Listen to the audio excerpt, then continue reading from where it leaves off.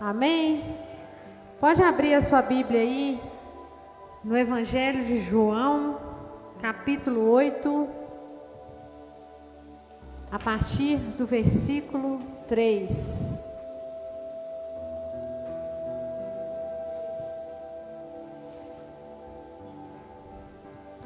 João 8, a partir do versículo 3.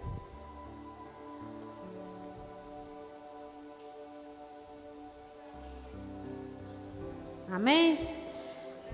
E os escribas e fariseus trouxeram-lhe uma mulher apanhada em adultério. E pondo-a no meio, disseram-lhe: Mestre, esta mulher foi apanhada no próprio ato, adulterando. E na lei nos mandou Moisés que as tais sejam apedrejadas. Tu, pois, que dizes? Isto diziam eles, tentando para que tivessem de que o acusar. Mas Jesus, inclinando-se, escrevia com o dedo na terra. E como insistissem, perguntando-lhe, endireitou-se e disse-lhes: Aquele que de entre vós está sem pecado, seja o primeiro que atire pedra contra ela. E tornando a inclinar-se, escrevia na terra. Porém, ouvindo eles isto, acusados pela consciência, saíram um, a começar pelos mais velhos até aos últimos. Ficou só Jesus e a mulher que estava no meio. E endireitando-se Jesus, e não vendo ninguém mais do que a mulher, disse-lhe: Mulher, onde estão aqueles teus acusadores? Ninguém te condenou? E ela disse: Ninguém, Senhor. E disse-lhe Jesus: Nem eu também te condeno. Vai-te e não peques mais. Vai-te e não peques mais. Amém? Abre aí no livro de Isaías, capítulo 61.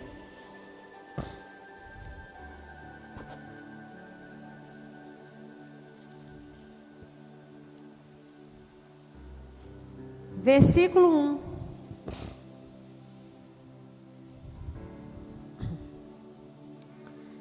O Espírito do Senhor está sobre mim, porque o Senhor me ungiu para pregar boas novas aos mansos.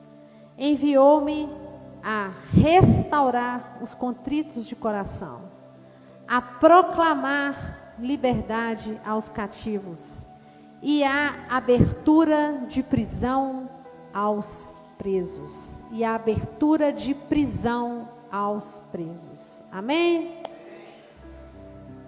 Senhor Deus poderoso, Pai querido, que Teu Espírito Santo, Pai, venha usar da minha boca, da minha mente, das minhas emoções, Senhor, e que não seja eu, que seja o Senhor, Pai. Nesse momento eu me esvazio de todo o meu conteúdo, Pai, para que o Senhor possa se derramar nesse lugar, Pai. Eu me coloco, Senhor, inteiramente submissa àquilo que o Teu Espírito Santo deseja comunicar nessa noite, Pai. Que seja a comunicação vinda direto do trono na porção que nos compete hoje, Pai. Que eu possa ser ministrada e também aos meus irmãos. É o que eu peço ao Senhor, em nome de Jesus. Amém? Essa palavra é bonita demais, não é? Linda. Vamos analisar a situação. Nessa situação, Jesus já estava sendo questionado, já estava despertando o incômodo. Despertando o incômodo. E aqueles religiosos, escribas e fariseus, trouxeram a Jesus uma mulher que a palavra vai dizer que ela foi surpreendida em adultério. Como é que alguém pode ser surpreendido em adultério? Quais são as condições para eu surpreender alguém em adultério? Tem como eu surpreender alguém em adultério vestido, arrumadinho? Não, né? Eu estou falando aí de um flagrante, de pegar o sujeito com a mão na massa. Concordam? Então, estou pensando aí uma mulher, no mínimo, desgrenhada, descabelada, faltando pedaço na roupa, não é? Para não deixar dúvida, porque se deixou dúvida, não dava para condenar a pessoa. Concorda, igreja? Muito bem. Pegaram essa mulher, levaram até Jesus e disseram: foi flagrado em adultério. A lei de Moisés, né, a lei mosaica que foi proclamada lá quando aquele povo estava rodando o deserto, né, uma lei que está no Pentateuco do judaísmo até hoje, vai dizer que aquela pessoa que é surpreendida em adultério tem que ser condenada à morte. Isso está lá em Levítico 20, versículo 10. Não precisa de você abrir a sua Bíblia, eu mesma posso ler para você. Se tiver aí no telão, pode colocar também. Vamos ver quem é mais rápido, mestre Maurício, pastor Maurício. 20, 10.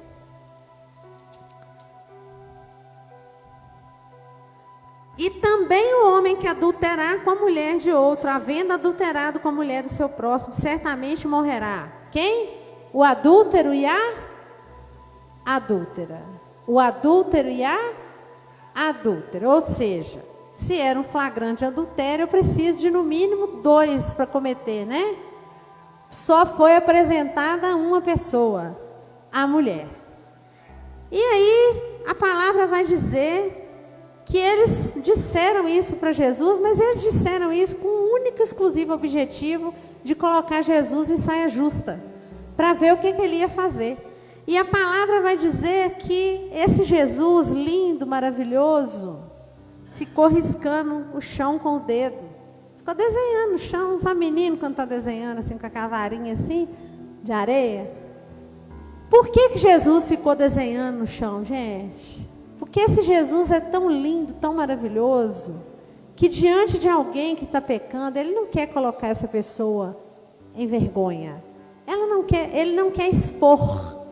Ele não queria olhar a mulher. Mas não é porque se ele olhasse a mulher, ele ia ser tentado, ele ia ficar pensando bobagem depois na pornografia, não. É porque ele não queria expor aquela mulher. Ele queria poupá-la de mais um olhar que a atravessasse no sentido dela ser exposta, no sentido dela ser humilhada. Então ele ficou, não vou olhar, né? Não vou olhar. Provavelmente ela estava até despida, né? Imagina-se que sim, para ser um flagrante adultério. Muito bem. Eles insistiram. Eles continuaram, né? A lei mosaica. E ele vira e fala: aquele que nunca pecou, que atire a primeira pedra. E aí a palavra vai falar que ele continuou riscando o chão, na atitude típica do Espírito Santo. O Espírito Santo não constrange o pecador a ponto dele ser humilhado, a ponto dele ficar massacrado. Isso não é coisa de Deus, isso é coisa do demônio. Quem gosta de acusar é demônio. Quem gosta de culpabilizar é demônio.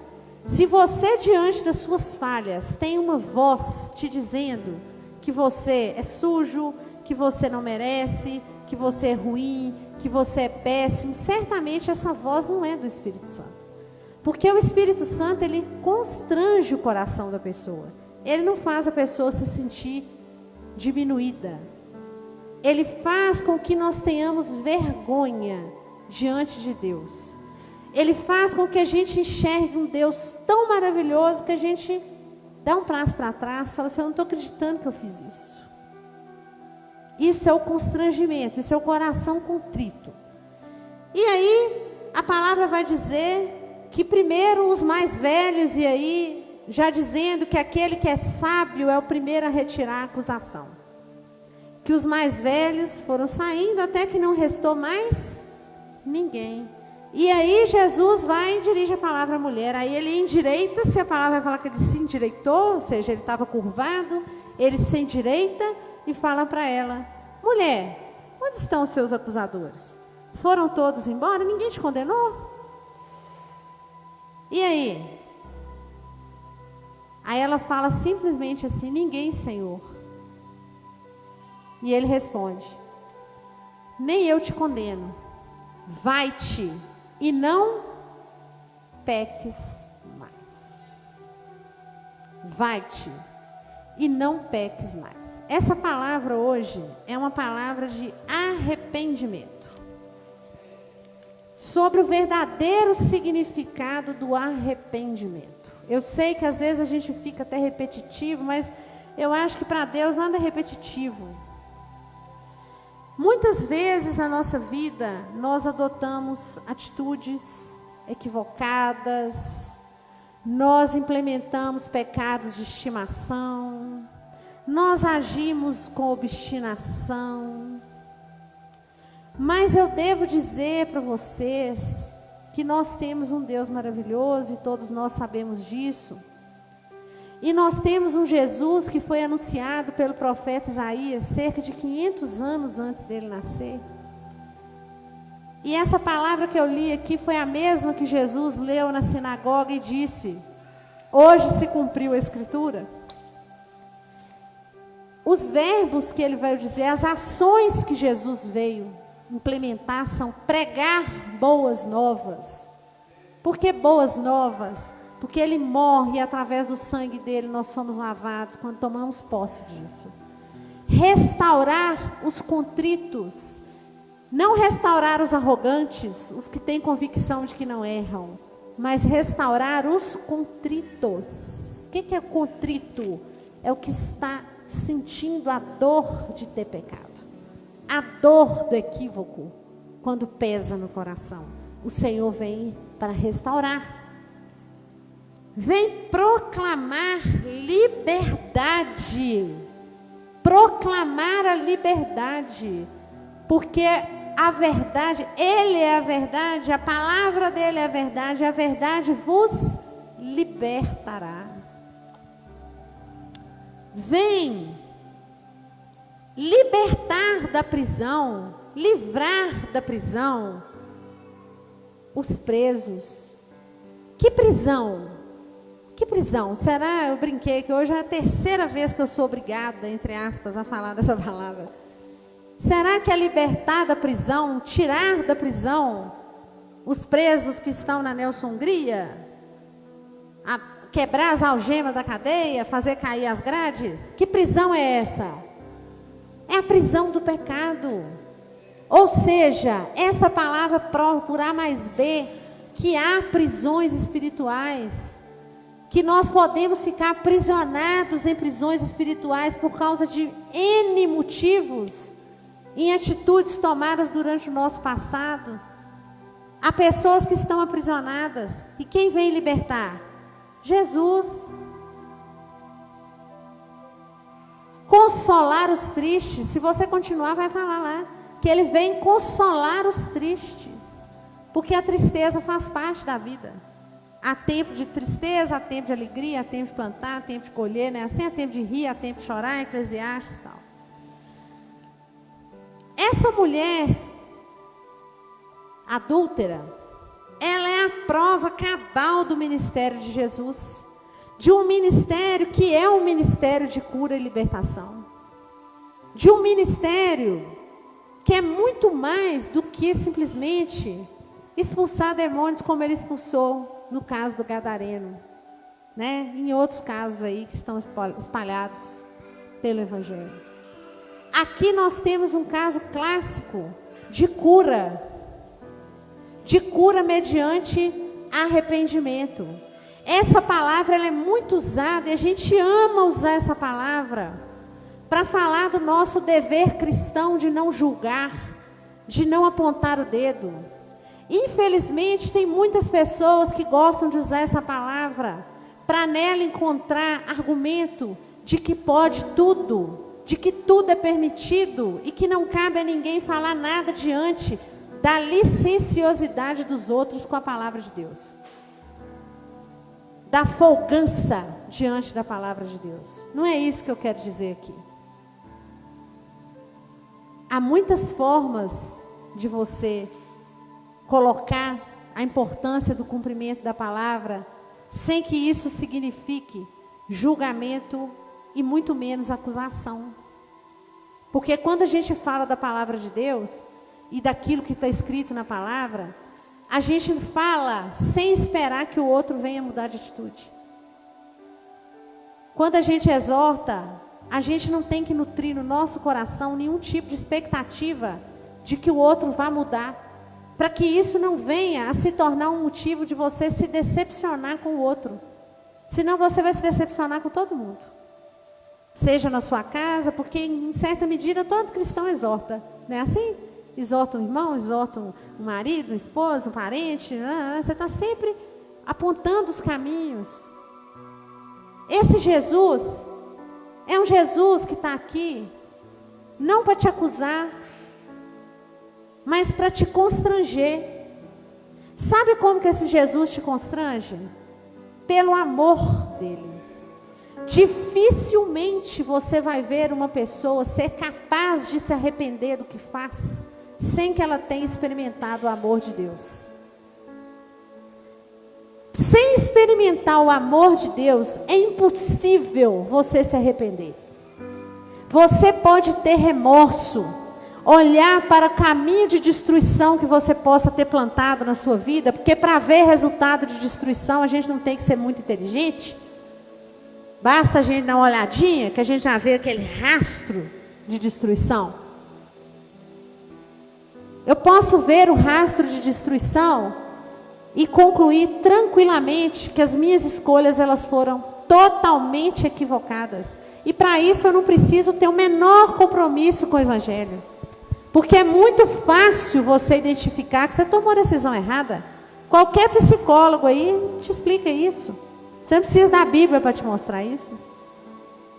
Você olha, errei aqui, escolhi errado ali, isso aqui foi péssimo, isso aqui foi horrível, minha vida não construí nada, eu não tenho uma família, eu não tenho uma vida profissional, minha vida financeira está um lixo, está tudo uma destruição. E a psicologia vai te dar várias razões para você ter escolhido errado e falar que você pode se refazer, que nunca é tarde para recomeçar, e todo tipo de frase motivacional que você tiver. Esta pessoa, ela está agindo na base do remorso e da racionalidade dela. Sabe aquela frase? Se você não mudar os meios que você usa, você nunca vai mudar o resultado que você alcança. Quantas vezes você já escutou isso? Se você não mudar o jeito de você fazer, você sempre vai chegar no mesmo lugar. Isso é típico. Frase de autoajuda. Isso não tem nada de espiritual. Aliás, está cheio de gente aí dando autoajuda sem uma palavra de Bíblia e não vai curar ninguém e não vai ser usado para libertar ninguém, porque de livro de aeroporto de autoajuda e frasezinha bonitinha, tá assim, ó. Né? É só gravar um videozinho lá no Instagram, falando 1 minuto, porque a pessoa não tem paciência de assistir mais de 1 minuto, não é? Com menos de 1 minuto já está mudando para não chegar no final. E solta lá uma bela frase. Nunca é tarde para escolher, né? Ficar aqui fazendo altas performances pirotécnicas, né? Só que a coisa é muito mais complicada. O se arrepender não é você olhar para as consequências do que você fez e ter dificuldade para escolher a partir daí o mesmo caminho. Porque você vê que a consequência está toda errada e você fala, agora eu tenho que pegar um caminho novo.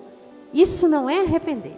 Isso pode ser inteligente, isso pode ser ter inteligência emocional, isso pode ser ter remorso. Judas, quando viu, né, que ele conseguiu armar lá com a confusão de querer moeda, Jesus, dar beijo e tal, viu os amigos dele tudo virando as costas para ele.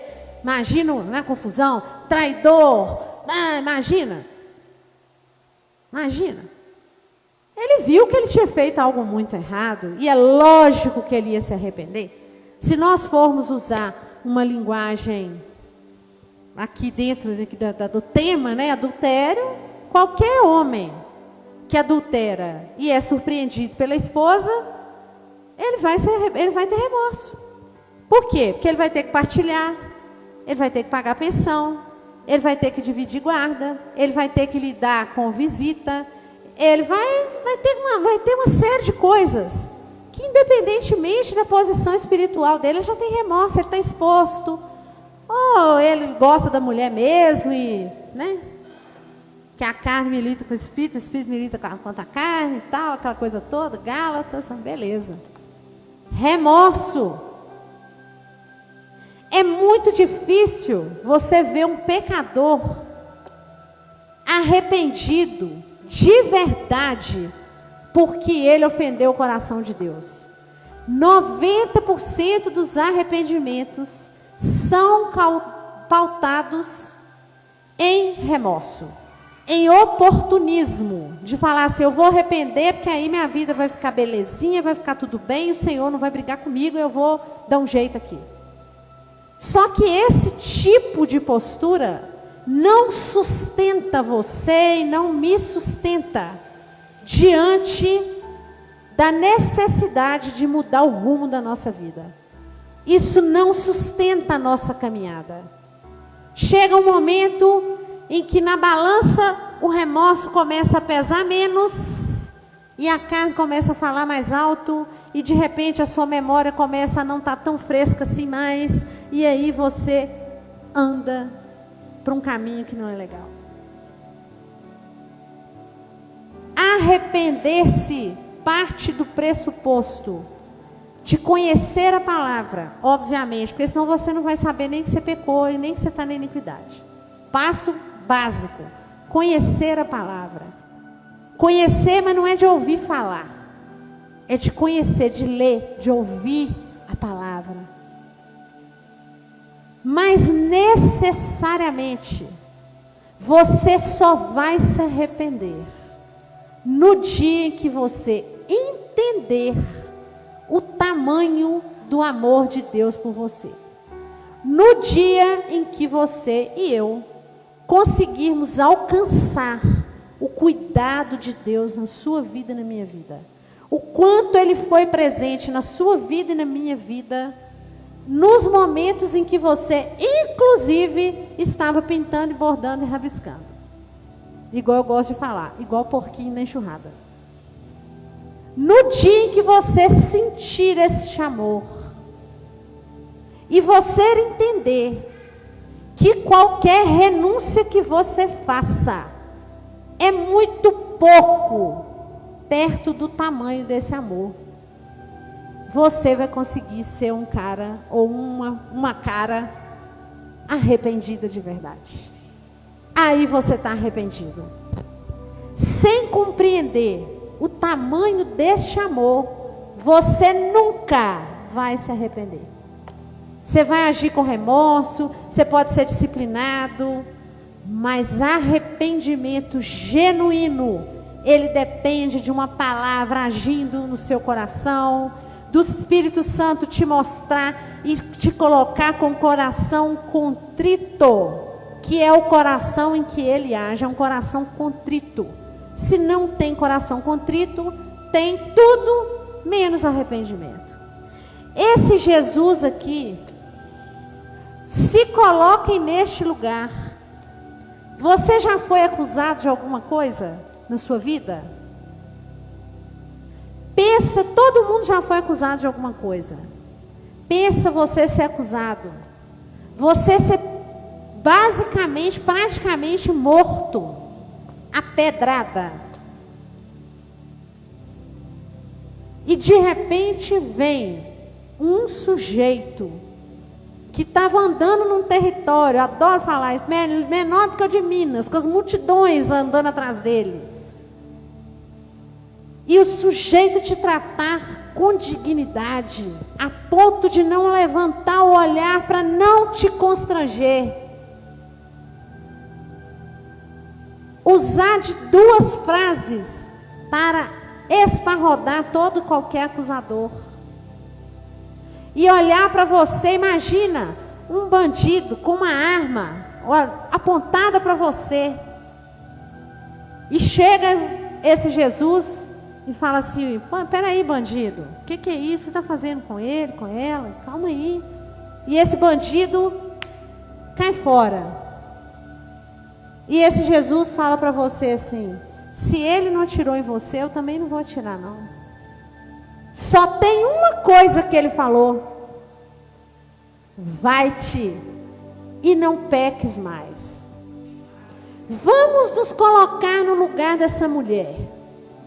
Vocês acham que essa mulher, depois de um tratamento de amor desse, de dignidade desse, de cuidado desse, ela teria cara de cair em adultério outra vez?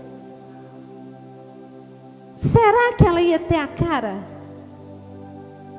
Imagina que esses apedrejadores aqui, algum fala assim: quer saber? Hoje é sábado, nós não podemos apedrejar ninguém. Pode ir embora. Ela ia cair no pecado de novo.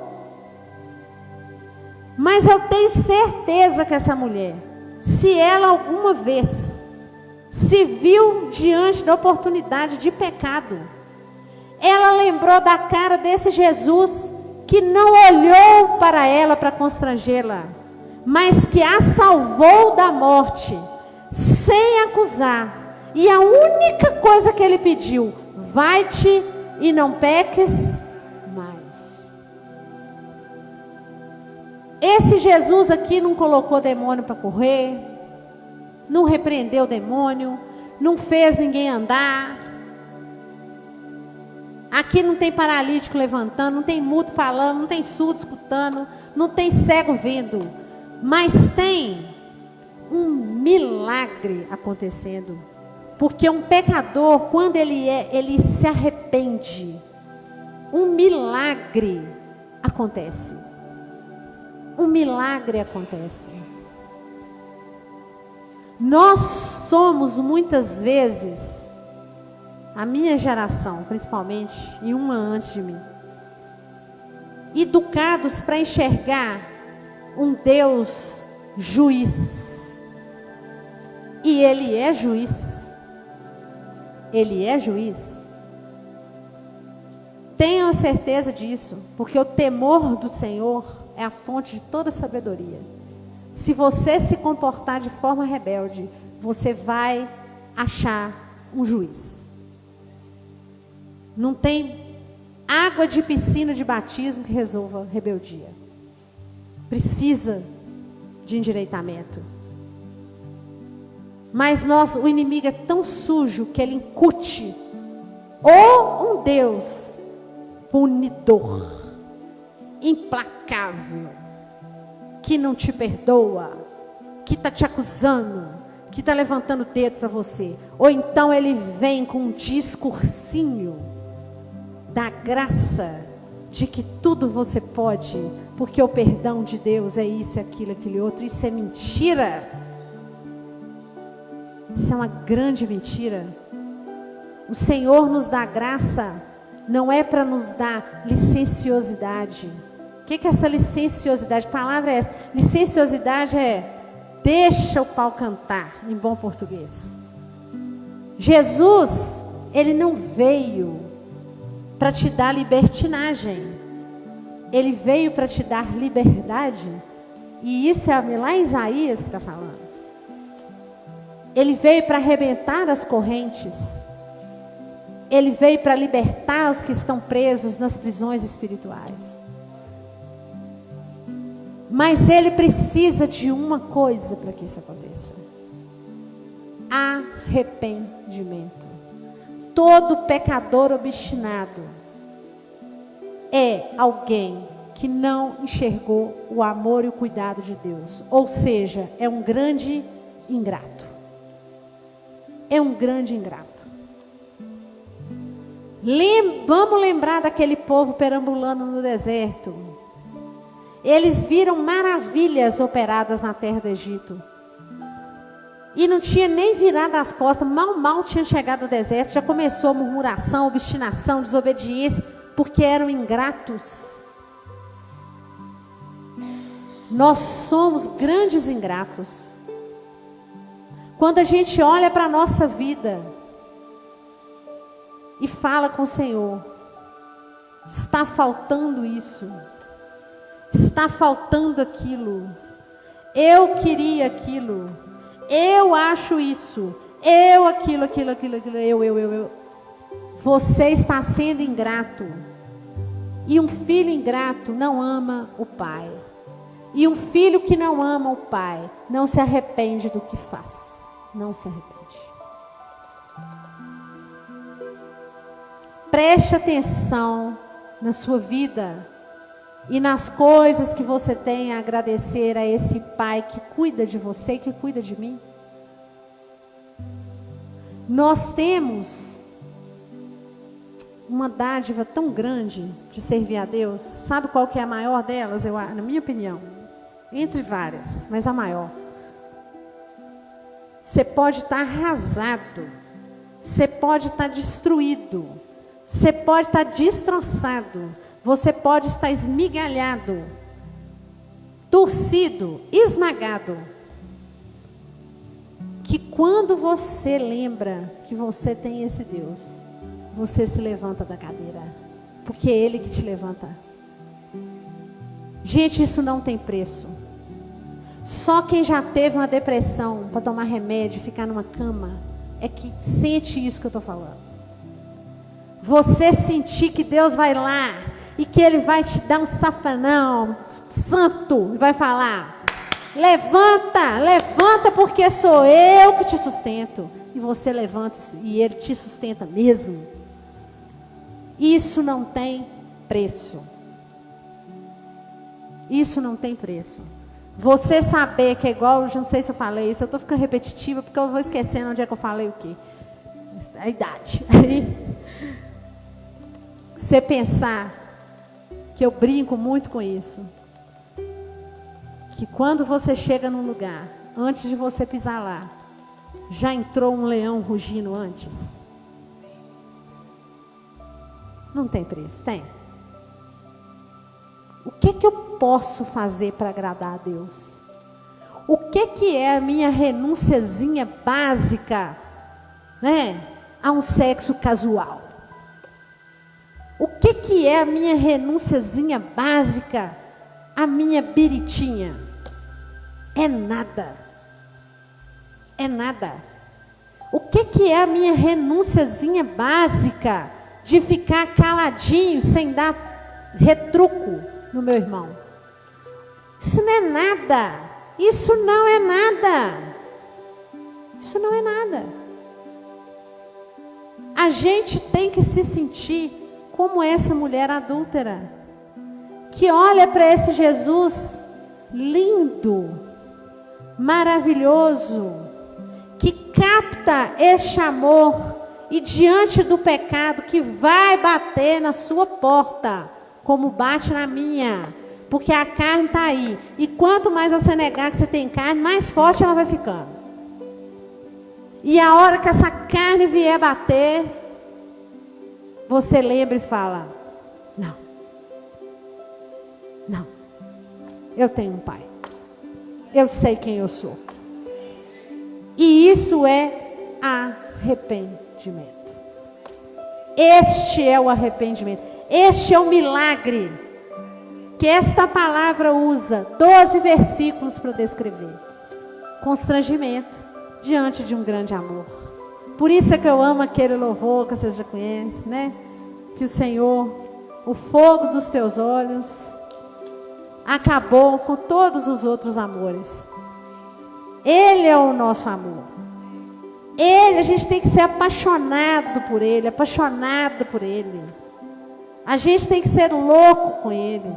A gente tem que dar nossa vida por Ele. A gente tem que renunciar a gente por causa dEle. A gente tem que esquecer de tudo e meter a cara no reino e fazer o que Ele está pedindo e pronto, e acabou. É Ele que pediu, é Ele que está mandando, eu vou fazer. Como é que vai ficar? Não sei. Se eu vou aguentar? Não sei, mas eu sei que Ele vai me dar graça. Então pensem nisso. Se você não consegue captar esse amor desse Jesus, sentir esse amor, eu não vou dizer para você que você é um extraterrestre. Porque eu vou dizer para você que muita gente que se diz cristão, ou que quer ser, muita gente nunca sentiu esse amor. Mas o primeiro passo para você sentir é falar com ele que você nunca sentiu. É dizer para ele: Pai, eu nunca senti esse amor. Eu preciso sentir esse amor.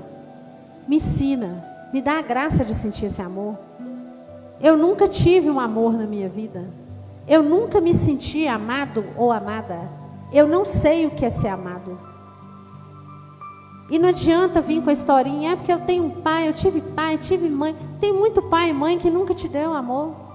E tudo bem, vida que segue. Tem muito esposo que não dá amor para a esposa, esposa que não dá amor para filho, que não dá amor para a mãe que não dá, mãe que não ama filho. Uma coisa inédita acontece. A gente tem que assumir a nossa carência. Nós somos carentes, gente. Não vem com esse discurso da autossuficiência para o meu lado, não. Nós somos carentes. Ser humano nenhum vai suprir essa carência. Nós temos que chegar para Deus e falar: Senhor, eu sou carente pra caramba. Me ajuda, porque a sua graça tem que me bastar. Me ensina o que é amor, porque eu não sei. Eu nunca fui amado, eu nunca fui amada, eu nunca amei ninguém. Pensa se você já amou alguém. Pensa de verdade. Pensa de verdade. Eu já amei alguém? Eu amo meu esposo, meu marido, meu não sei o quê. Será? Será? Ah, eu amei meu filho, minha filha. Você amou? Porque amar é atitude. Quem ama a Deus obedece. Quem ama a Deus escuta. Vai e não peques mais e não peca mais. Naquele ponto não. Pode ser uma coisa ocasional. Outro ponto.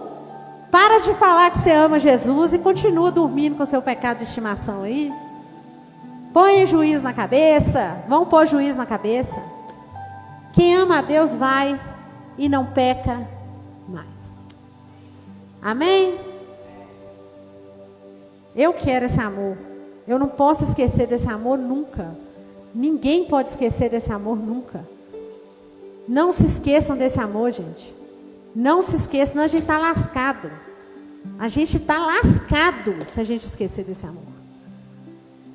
E vamos pedir a Deus para que Ele nos mostre o que podemos fazer para amá-lo mais, para mostrar mais. O que a gente faz que desagrada a Ele? Pedir a Ele para Ele mostrar isso para a gente. Para que haja arrependimento. E aí, mudança de atitude. Vocês já estão careca de saber quem frequenta essa igreja. Toda apóstolo pregou domingo assim. Arrependimento, metanoia. O que é metanoia? Atitude. Vá e não peques mais. Vá e não peques mais. Amém? Vamos orar, vamos orar. Vamos ficar em pé no seu lugar.